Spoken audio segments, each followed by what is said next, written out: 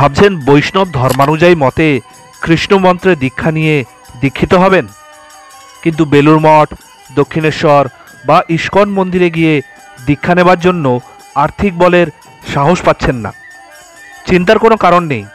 আমি আপনাদের আজকে এমন এক আশ্রমের সন্ধান দেব যেখানে মহাপ্রভু চৈতন্যদেব 510 বছর আগে নিজে পদার্পণ করে তার পাদুকা যুগল এই আশ্রমে রেখে গিয়েছিলেন, এবং আজও এই আশ্রমে সেই একই নিষ্ঠা ও ভক্তির সঙ্গে মহাপ্রভু ও ভগবান শ্রীকৃষ্ণের পূজা এবং আরাধনা করা হয়। তার জন্য আপনাদের অনুরোধ করব ভিডিওটিকে শেষ অবধি দেখার জন্য, একটু স্কিপ না করে। আর চ্যানেলে যদি নতুন হন, চ্যানেলটাকে সাবস্ক্রাইব করে বেল আইকনটা প্রেস করে দিতে একদম ভুলবেন না। তো বন্ধুরা, কেমন আছেন আপনারা? আশা করি সবাই ভালো আছেন। আমি আপনাদের হোস্ট বাউন্ডুলে বিশ্বাস, মানে সঞ্জীব বিশ্বাস, আপনাদেরকে স্বাগত জানাই আমার চ্যানেল বাউন্ডুলে বিশ্বাসে। বন্ধুরা, আজকে আমরা এসছি বরানগরের একটা আশ্রম, বরানগরের পাঠবাড়ি আশ্রমে। আমরা হিন্দুরা যারা একটু কৃষ্ণ ভক্ত হই, একটু বৈষ্ণব ভক্ত হই, আমরা প্রত্যেকেরই মনে মনে একটা আকাঙ্ক্ষা থাকে যে আমরা যদি একটু বৈষ্ণব ধর্মে দীক্ষিত হয়ে দীক্ষা নিতে পারতাম। তো অনেক সময় কি হয়, আমাদের যাতায়াতের জন্য অথবা আর্থিকভাবে আমরা হয়তো অনেক সময় অনেক জায়গা থেকেই দীক্ষা নিতে পারি না। বিভিন্ন জায়গায় দীক্ষা নেওয়া হয়, যেমন বেলুর মঠে দীক্ষা নেওয়া হয়, আদ্যাপীঠে দীক্ষা নেওয়া হয়, দক্ষিণেশ্বরে দীক্ষা নেওয়া হয়। কিন্তু যদি বৈষ্ণব ধর্মের দীক্ষা নিতে হয়, তাহলে আমরা যেখানে যেখানে রাধাকৃষ্ণের মন্দির আছে, যেমন ইস্কন মন্দির আছে, ইস্কনের বিভিন্ন ব্রাঞ্চেস আছে, সেই সমস্ত জায়গায় এই বৈষ্ণব ধর্মের দীক্ষা প্রদান করা হয়। তো সেই রকমই এই পাঠবাড়ি আশ্রম হচ্ছে বরানগরে। আপনারা ইজিলি বরানগরের গুগল ম্যাপ অন করে এই পাঠবাড়ি আশ্রমে যে কোনো সময় আসতে পারেন। এছাড়া যারা হাওড়া বা শিয়ালদা থেকে আসবেন, আমি বলে দিই কীভাবে আসবেন। শিয়ালদা থেকে যদি আসেন, আপনারা শিয়ালদা থেকে ডানকুনি লোকাল ধরে নামবেন হচ্ছে দক্ষিণেশ্বর স্টেশন। দক্ষিণেশ্বর স্টেশন থেকে নেবে যদি একটা টোটো বা অটো করেন স্টেশনের কাছ থেকে, যদি বলেন যে পাঠবাড়ি আশ্রম যাব বরানগর, আপনাদেরকে নিয়ে এসে একদম এই আশ্রমের উপরেই হাজির করবে। আর যারা হাওড়া থেকে আসবেন তাদের উদ্দেশ্যে বলি, আপনারা আসবেন হাওড়া থেকে ট্রেন ধরে বালি স্টেশন থেকে টোটো অটো ধরে দক্ষিণেশ্বর থেকে আরেকটা অটো ধরে আপনাদেরকে বা টোটো ধরে আসতে হবে পাঠবাড়ি আশ্রমে। তো এই হচ্ছে পাঠবাড়ি আশ্রমে পৌঁছানোর উপায়, কিভাবে আপনারা পৌঁছাতে পারেন। এছাড়া তো গুগল বাবাজি রয়েছে। আপনারা যদি নিজস্ব গাড়িতে বা বাইকে আসতে চান, তাহলে গুগল বাবাজিকে অন করে নিন, পাঠবাড়ি আশ্রম, একদম সোজাসুজি এসে এই আশ্রমে পৌঁছে যাবেন। তো এই আশ্রম স্থাপিত হয়েছিল 1333 বঙ্গাব্দে। আর আজকে আমরা এসেছি এখানে কারণ আমার মিসেস আজকে এখানে বৈষ্ণব ধর্মে দীক্ষিত হবে, সেই কারণে আমরা এই পাঠবাড়ি আশ্রমে এসেছি। আপনাদেরকে ঘুরিয়ে দেখাবো এই পাঠবাড়ি আশ্রম। এছাড়াও আমার মিসেস যে দীক্ষা নিতে যাবে তারও ভিডিও আপনাদেরকে দেখাবো। হ্যাঁ, দীক্ষার মন্ত্র যখন প্রদান করা হয় তখন সেই জায়গাটা ভিডিও তোলা যায় না। এর আগে প্রস্তুতি পর্বে সমস্ত কিছু আপনাদেরকে দেখাবো। সঙ্গে থাকবেন বাউন্ডুলের বিশ্বাসের সাথে। তাহলে চলুন আমরা দেখে নিই একবার ঘুরে।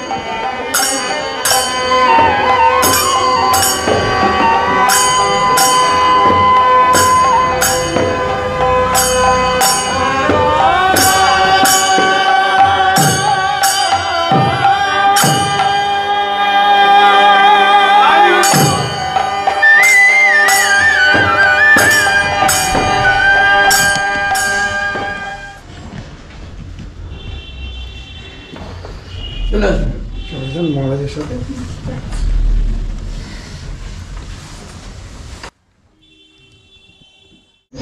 দেখা নিতে আমরা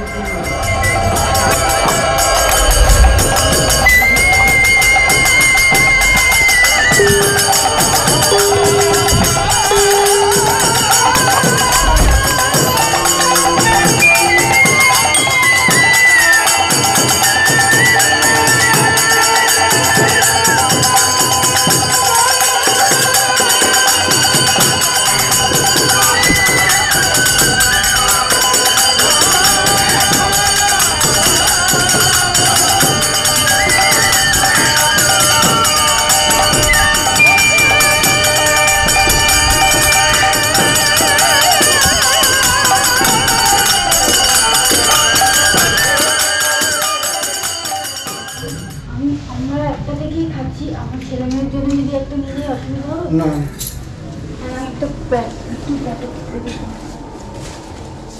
এটা বাবু আর মাম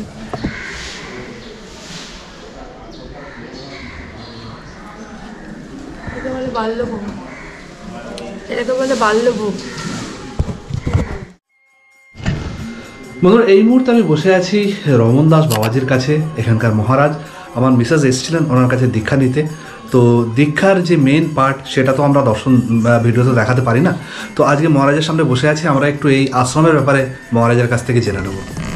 নমস্কার মহারাজ। এই প্রাচীন আচ্ছা, শ্রীমন মহাপ্রভু এখানে পদার্পণ করেছে 510 বছর পূর্বে। 510 বছর পূর্বে এখানে পদার্পণ করেছিলেন হ্যাঁ, মহাপ্রভু। এসে পানিহাটিতে বৃন্দাবন যাওয়ার স্থলে নীলাচল হইতে পানিহাটি গ্রামে এসেছেন। আচ্ছা, পানিহাটি থেকে নৌকো করে উনি এখানে এসেছিলেন, এসেছিলেন। আচ্ছা, গঙ্গা ধারে একজন বৃদ্ধ ব্রাহ্মণ, তিনার বাড়ি ছিল বর্ধমান জেলা, রঘুনাথ উপাধ্যায় নাম। আচ্ছা, তিনি গঙ্গা ধারে বসে ভাগবত পাঠ করছিলেন। ভাগবত পাঠ করতে করতে ভাবাবিষ্ট হয়ে গেছেন, চোখের চলে ভেসে যাচ্ছেন। সেই ভাগবত পাঠ মহাপ্রভু কর্ণে গোচর হলো। যখন মহাপ্রভু কর্ণে গেছেন, মহাপ্রভু ভাবাবিষ্ট হয়ে ছুটে এসেছেন। সম্পূর্ণ ভাগবত শ্রবণ করে মহাভাবে বিভাবিত হয়ে এককালীন 3 প্রহর নৃত্য করেছে। 3 প্রহর নৃত্য করেছিলেন। ভাগবত পাঠ শেষ হওয়ার পরেই মহাপ্রভু তাকে কোলে করে আলিঙ্গন করে বললেন, আজ হইতে তোমার নাম হইল ভাগবত আচার্য, ইহা বই তুমি না করি অন্য কার্য। তাকে উপাধি দিলেন ভাগবত আচার্য। আগে ছিল রঘুনাথ উপাধ্যায়। রঘুনাথ উপাধ্যায়। আচ্ছা, সেই মহাপ্রভু তাকে কৃপা করে চলে যাচ্ছেন। তদবস্থায় শ্রীমৎ ভাগবত আচার্য নিজে বললেন, প্রভু আমি কী করে উদ্ধার পাবো, আমি আপনার সঙ্গে যাব। না না, তোমার এখনই সময় হয়নি, যথাসময় তোমায় আমি দর্শন দিব। এই বলে মহাপ্রভু নিজের পাদুকা দুটো ভাগবত আচার্যকে সমর্পণ করলেন। রাজরাজেশ্বর শালগ্রাম শিলা শ্রীমৎ ভাগবত সংগৃহীত করে যত্ন করে রাখা আছে, সেবা চলছে। শ্রী রামদাস বাবাজি মহারাজ যখনই দায়িত্ব নিলেন, রামদাস বাবাজি মহারাজ প্রায় 70 বছর হয়ে গেল ওনার অন্তর্ধানের পর। তিনি আমাদের পরম গুরু ছিলেন। তো মহাপ্রভু এই পাটবাড়িতে শুভাগমনের কারণ সিদ্ধাম বৃন্দাবন যাওয়া উদ্দেশ্য নেই। যখন পাটবাড়িতে তিনি এসেছেন, মহাপ্রভু যেখানে পাদুকা বর্তমান উপস্থিত আছে, সেই গ্রন্থতলায় গর্ত করে সমাধিস্থ করা হয়েছিল। এইভাবে পাটবাড়ি আশ্রম প্রতিষ্ঠা হয়। প্রায় 3300 পুঁথি এখানে লাইব্রেরিতে সংরক্ষিত করা হচ্ছে। ঠিক আছে, তাই ঠিক আছে। সেই দীক্ষা নেওয়ার জন্য কি মানে একটু প্রসেসটা যদি বলেন, যে কোনো বাজ বিচার? সেগুলো আমরা বাইরে প্রচার করা হয় না। আমি বলছি কেউ যদি সাধারণ মানুষ যদি আসে নিতে পারে, তো যে কেউ নিতে পারে। যা হচ্ছে ভগবান নাম নিতে কাকেও বাধা দেওয়া যায়? একদম একদম, ভগবান সবার সকলেই অধিকার আছে। তিনি নাম নিতে চাইছেন। আচ্ছা, কিন্তু তা আমরা কোনো জোর করি কোনো বস্তু আদায় করতে চাই না। ঠিক। আর এখানে কোনো রেজিস্ট্রেশন ফি বা কিছু করতে হয় দীক্ষার জন্য? তার জন্য কিছু নয়। সে নিজের প্রাণ যা চাইলো সে দীক্ষা গ্রহণ করলো। হ্যাঁ, ঠাকুর সেবার জন্য হ্যাঁ, নিজের প্রাণ যা চাইলো দিল, যথাসাধ্য সেই ঠাকুর সেবা। ঠিক আছে, ধন্যবাদ ধন্যবাদ।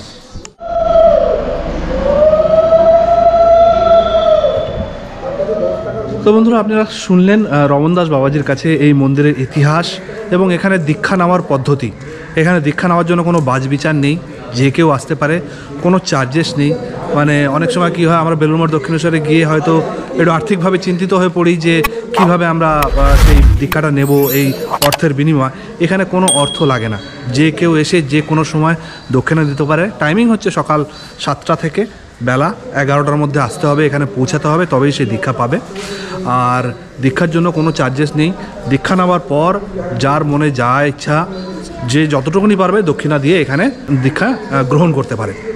আর এটা আমি এখন যেখানে দাঁড়িয়ে আছি, এটা হচ্ছে মেন বিল্ডিং, মেন অফিস। এই অফিসের উপরে রয়েছে একটা লাইব্রেরি। এই উপরে রয়েছে একটা লাইব্রেরি, যাকে গ্রন্থ মন্দির বলা হয়।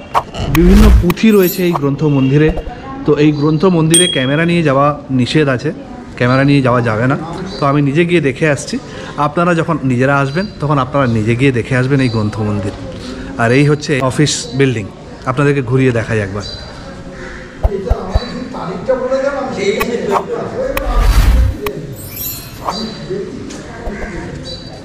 বন্ধুরা, এখানে যেমন দীক্ষার কোনো বাছবিচার নেই, সবাই দীক্ষা নিতে পারে। কোনো আর্থিকভাবে দুর্বল বা উন্নত মানুষেরা দীক্ষা নিতে পারবে তার কোনো মানে নেই, যে কেউ দীক্ষা নিতে পারে। তার সাথে সাথে এখানে দীক্ষার আর একটা বৈশিষ্ট্য, সবথেকে বড় বৈশিষ্ট্য হলো যে খাওয়ারও কোনো বাছবিচার নেই। আপনারা যে যা খান সেটা খেয়ে বজায় রেখেই আপনারা দীক্ষা নিতে পারবেন। তার জন্য আপনাদের না কিছু ছাড়তে হবে, না কিছু জুড়তে হবে। তো দীক্ষা নেওয়ার জন্য মানে একদম সিম্পল ওয়ে, এবং যারা দীক্ষা নিতে ইচ্ছুক আপনারা এসে এখানে দীক্ষা নিতে পারেন। আর বন্ধুরা, আপনাদেরকে আরেকটা ইনফরমেশন দিই, আপনারা যদি এখানে সকালবেলা আসেন, দূর দূরান্ত থেকে আসেন, আপনাদের চিন্তার কোনো কারণ নেই, আপনারা দুপুরের খাবার এখানেই পাবেন। মানে এখানে ভোগের ব্যবস্থা আছে। সকাল 9টা থেকে বেলা 11:30টার মধ্যে এসে ভোগের জন্য আপনারা কুপন সংগ্রহ করতে পারেন। কুপনের দাম হচ্ছে 70 টাকা। এখানে কুপন নিয়ে আপনারা এখানে দুপুরবেলা ভোগ গ্রহণ করতে পারেন। আর ভোগ গ্রহণ সবাইকেই দেওয়া হয়, ভোগের জন্য কোনো বাছবিচার নেই, যে আসবে সেই ভোগ পাবে। তো এই হচ্ছে গ্রন্থাগার, গ্রন্থ মন্দিরে যাওয়ার রাস্তা।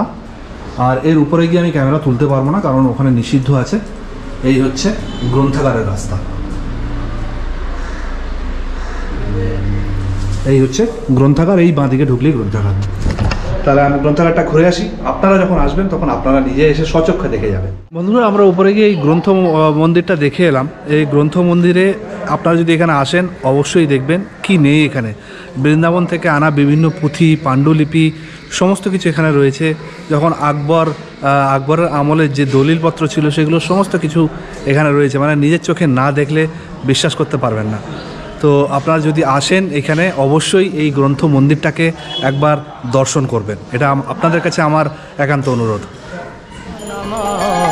যাদবায় মাধবায় কেশবায় নমঃ। হরিহরায় নমঃ। কৃষ্ণ যাদবায় নমঃ। যাদবায় মাধবায় কেশবায় নমঃ। গোপাল গোবিন্দ রাম শ্রী মধুসূদন, গিরিধারী গোপীনাথ মদন মোহন। গোপাল গোবিন্দ রাম শ্রী মধুসূদন, গিরিধারী গোপীনাথ মদন মোহন। শ্রী চৈতন্য নিত্যানন্দ শ্রী অদ্বৈত সীতা, হরি গুরু বৈষ্ণব ভাগবত গীতা। শ্রী চৈতন্য নিত্যানন্দ শ্রী অদ্বৈত সীতা, হরি গুরু বৈষ্ণব ভাগবত গীতা। শ্রী রূপ শ্রী সনাতন ভট্ট রঘুনাথ, শ্রীজীব গোপাল ভট্ট দাস রঘুনাথ। শ্রী রূপ শ্রী সনাতন ভট্ট রঘুনাথ, শ্রীজীব গোপাল ভট্ট দাস রঘুনাথ।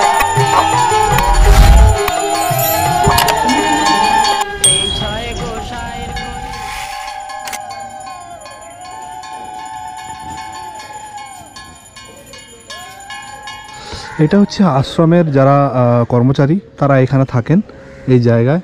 এটা হচ্ছে মেইন মন্দির, মন্দিরের সামনে হচ্ছে ঠাকুর দালান, আর তার পিছনে হচ্ছে ওই যে ওই কাচের ঘর, কাচের ঘরের পাশেই হচ্ছে দীক্ষা প্রদান করা হয়। এই কাচের ঘরে গুরুদেবদের ছবি রয়েছে। আর এই কাচের ঘর থেকে ডান দিকে এটাই হচ্ছে মেইন অফিস, যেখানে দীক্ষা দেওয়া হয়। তো বন্ধুরা, ভিডিওটা আজকের মতন এখানেই শেষ করলাম। আপনাদের কেমন লাগলো ভিডিওটা অবশ্যই আমাকে জানাতে ভুলবেন না। ভালো লাগলে লাইক শেয়ার করতে একদম ভুলবেন না। আর চ্যানেলে যদি নতুন হন তাহলে চ্যানেলটিকে সাবস্ক্রাইব করে পাশে থাকা বেল আইকন বাটনটিকে প্রেস করতে একদম ভুলবেন না। তাতে আমার যখনই নতুন কোনো ভিডিও ইউটিউবে আপলোড হবে তখনই আপনারা তার নোটিফিকেশানগুলো পেয়ে যাবেন, আর ভিডিওগুলো আপনাদের মিস হবে না। তাহলে বন্ধুরা আজকের মতন চলি, টাটা, বাই বাই, শব্বা খের।